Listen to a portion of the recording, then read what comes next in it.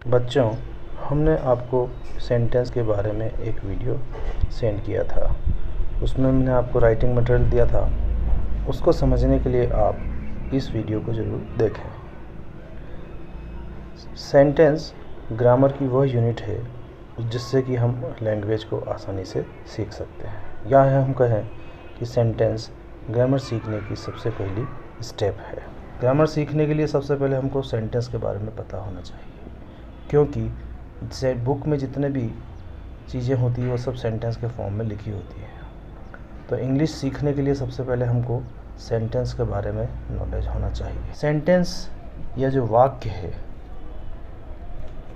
ये शब्दों का ऐसा समूह होता है जिसका अपना खुद का मीनिंग होता है। मीनिंग इसलिए ज़रूरी है कि शब्दों का समूह तो ही, शी, इट यह भी हो सकता है, लेकिन इन तीनों को अगर हम साथ लिखें तो इनका कोई भी मीनिंग नहीं होगा।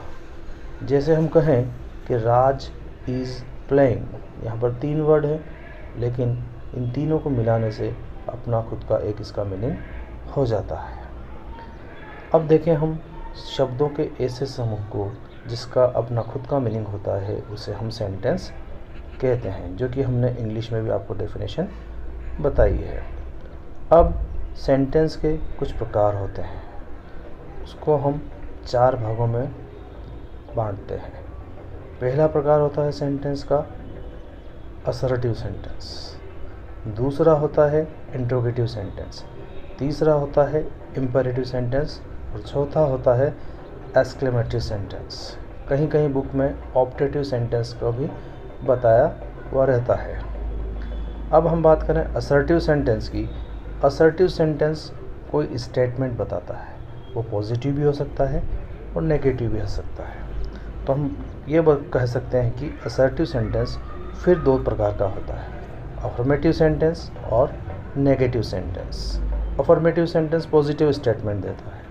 जैसे हम यहाँ पर एग्जांपल देखें, Raj eats mango and Raj is playing, ये दोनों अफर्मेटिव सेंटेंस है और इसको हम असर्टिव सेंटेंस भी कह सकते हैं। इस असर्टिव सेंटेंस का दूसरा पार्ट होता है नेगेटिव सेंटेंस।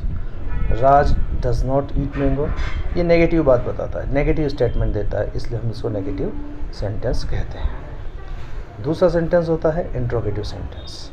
इंट्रोगेटिव सेंटेंस प्रश्न पूछता है, जैसे कि आपने इंग्लिश की डेफिनेशन में देखा है कि interrogative sentence ask a question. Interrogative sentence भी 2 तरह के होते हैं इनको फॉर्मेट को देखते हुए। एक होता है यस नो क्वेश्चन और दूसरा होता है WH question. Yes no question, इसका आंसर हमेशा हाँ या ना में होता है। ऐसे सेंटेंस का हम रूप देखें या इसका फॉर्मेट देखें तो वो हमेशा हेल्पिंग वर्ब से स्टार्ट होता है। जैसे कि हम देखें, does Raj eat mango, is he playing, are boys playing. और दूसरा होता है WH क्वेश्चन। WH क्वेश्चन जो कि किसी WH वर्ड से स्टार्ट होता है, व्हाट से, व्हेन से, वेयर से, लेकिन यह भी कोई प्रश्न पूछता है। तीसरे तरह का सेंटेंस होता है इंपेरेटिव सेंटेंस। इंपेरेटिव सेंटेंस हमको कोई रिक्वेस्ट, ऑर्डर, कमांड एक्सप्रेस करते हैं, तो ऐसा सेंटेंस इंपेरेटिव सेंटेंस कहलाते हैं। इसमें देखें, open your book, please help me, let me go, let's play, ये इसके एग्जाम्पल हैं। इसमें रिक्वेस्ट भी है, कमांड भी है, ऑर्डर भी है, हम प्रपोज भी कर रहे हैं और किसी से हम रिक्वेस्ट भी कर रहे हैं। उसी तरह से चौथा सेंटेंस होता है एक्सक्लेमेटरी सेंटेंस।